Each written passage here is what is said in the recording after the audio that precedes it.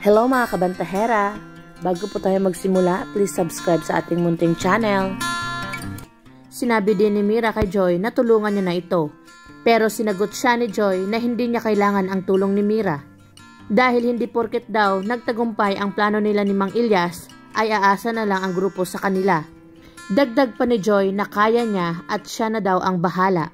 Tumingin ang lahat kay Joy at tinanong siya ni Eva kung ano ang kanyang gagawin. Pero wala siyang naisagot at umalis ito. Habang nakahiga si Mayor Simon sa damuhan, sinabi niya na alam niyang hindi siya mabuting tao sa nabigyan pa siya ng isa pang pagkakataon. Sinasabi niya na konting oras pa daw dahil may kailangan pa siyang gawin. Sinasabi pa ni Mayor Simon na alam niyang masama siyang tao at sumigaw siya sa pangalang Miguel. Kailangan pa daw niyang maitama ang kanyang pagkakamali. Humihingi ng tulong si Mayor Simon kay Bro at tinawag niya ito kung nakikinig daw ba sa kanya.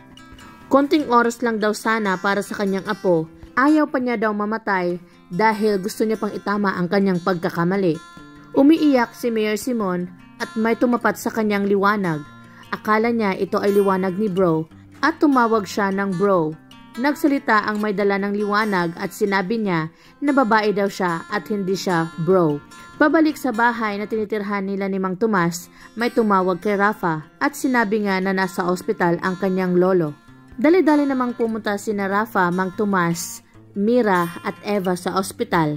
Tinanong si Mayor Simon kung sino ang may gawa sa kanya. Sumagot si Mayor Simon na hindi na daw kailangang malaman pa nila. Pero sinabi ni Rafa na hindi pwedeng walang managot sa gumawa nito sa kanya. At muling tinanong ni Eva si Mayor Simon kung sino ang may gawa sa kanya. At sinabi nito na kung si Miguel ba. Sumagot si Mayor Simon sa kanila na may gagawin daw siya pero dapat ipangako nila na huwag siyang pipigilan. Kailangan niya daw kumilos at gusto niya ay maayos ang lahat. Kapag kinalaban daw nila si Miguel ng harap-harapan ay lalong lalala ang sitwasyon. Hindi makapaniwala si Rafa na magagawa iyon ni Miguel sa kanilang lolo. At sinabi nga na Mayor Simon dahil nalaman daw ni Miguel na siya ang may utos ng gunman. Pero hindi dapat si Miguel ang matatamaan kundi si Deborah. Nagkamali lang daw ang gunman na kanyang inutusan. Nagalit daw si Miguel sa kanya kaya ginantihan siya. Tinanong ni Rafa si Mayor Simon na kung bakit ginawa niya yon at sinabi niya na desperado daw siya na para mailigtas si Miguel kay Deborah. Maikli na lang daw ang oras ni Mayor Simon at kailangan niyang maitama ang lahat ng kanyang pagkakamali. Muling nagtanong si Rafa kay Mayor Simon na kung bakit sinasabi nito na maikli na lang ang kanyang panahon, hindi niya daw maintindihan. At sumagot si Mang Tomas na may sakit daw si Mayor Simon. Ito ay brain cancer stage 4. Nagulat silang lahat sa narinig mula kay Mang Tomas. May taning na daw ang buhay ni Mayor Simon. Ito pala ang dahilan ng kanyang pagsakit ng ulo at kung ano-ano ang kanyang nakikita. Nagpa-check up siya sa kanyang doktor at sinabi nga ng kanyang doktor na may cancer siya at ito ay stage 4. At sinabi pa ng doktor ni Mayor Simon na masyado ng delikado pag operahan pa ito. Habang tinitingnan ni Mayor Simon ang kanilang larawan kasama ang kanyang mga apo, na pinili niya na lang sana ang buhay ng simple na kasama sila. Pero ginawa niya daw ang impyerno ang buhay ng kanyang mga apo dahil sakim daw siya sa pera at kapangyarihan. At ang unang sinabihan ni Mayor Simon ay si Mang Tomas na may taning na daw ang kanyang buhay at gagamitin niya ang natitira niyang araw at panahon sa kabutihan. At pakiusap niya kay Mang Tomas na huwag daw ipagsabi kay Miguel at kay Rafa.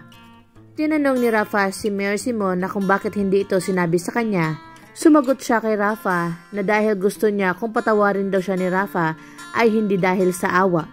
At sinabi ni Mayor Simon na may kasunduan daw siya kay Bro. Nagtanong si Eva na kung anong kasunduan. Dahil nang kinuha daw siya ni Miguel ay laking takot niya at binaril nga siya. Akala niya ay katapusan niya na. Masama daw ang loob niya kay Miguel dahil sarili niyang apo ay kaya siyang patayin. Pero buti na lang daw ay sa hita lang siya binaril. At nung iniwan siya sa daan ay nanalangin daw siya kay Bro. Sinabi niya na sana ibigyan pa siya ng pagkakataon para maitama ang kanyang mga kasalanan. Kailangan niya pa daw mabuhay para maayos ang kanyang pagkakamali. At ipinangako ni Mayor Simon kay Bro na gagawin niya ang lahat para maitama niya ang lahat. Habang umiiyak si Mayor Simon, Nagsalita si Mira at sinabi na iniligtas daw siya ni Bro. Sinabi pa ni Mayor Simon na hindi daw siya karapat-dapat dahil marami siyang kasalanan pero nakinig daw si Bro sa kanya. Kaya nangako daw si Mayor Simon kay Bro na bigyan lang siya ng konting pagkakataon para mapagbayaran niya ang lahat niyang kasalanan. Na maitatama niya ang lahat ng kanyang pagkakamali. Umiiyak na niyakap siya ni Rafa. Araw na ng binyag ni Deborah at handang-handa na ito. Sinasabi pa ni Agatha na ang ganda daw ni Deborah at kinuhanan niya ito ng picture. Para daw sa mga deboto ni Deborah. Sinabi pa ni Agatha kay Deborah na ang haba na daw ng pila para sa binyag at ang iba daw ay nung isang araw pa naghihintay. Ang dami daw gustong magpabinyag kay Deborah at kailangan na nilang pumunta sa Healing Dome. Hinanap ni Deborah si Joy at dumating rin ito. Sinabi ni Deborah kay Joy na kung handa na ba ito at maligaya siya dahil magiging kapanalig niya na si Joy. Narinig ni Aling Barang ang sinasabi ni Deborah at tinanong si Joy kung ano daw ang kanyang ginagawa. Pinipigilan niya si Joy sa kanyang gagawin. Pero sinabi ni Deborah na nabuksan na daw ang mga mata ni Joy. Ginagawa lang daw ni Joy ang nararapat at sinabi ni Deborah na si Aling Barang na daw ang susunod. Sumagot si Aling Barang na ayaw niya at hinila niya si Joy. Ano kayang pinaplano ni Joy laban kay Deborah? Abangan. Dumating si Mira at sinabi nito na hindi Diyos si Aling Deborah. At sumagot si Mang Tomas na si Deborah ay isang mamamatay tao. Thank you for watching mga kabantahera. Please leave your comment para ating mapag-usapan.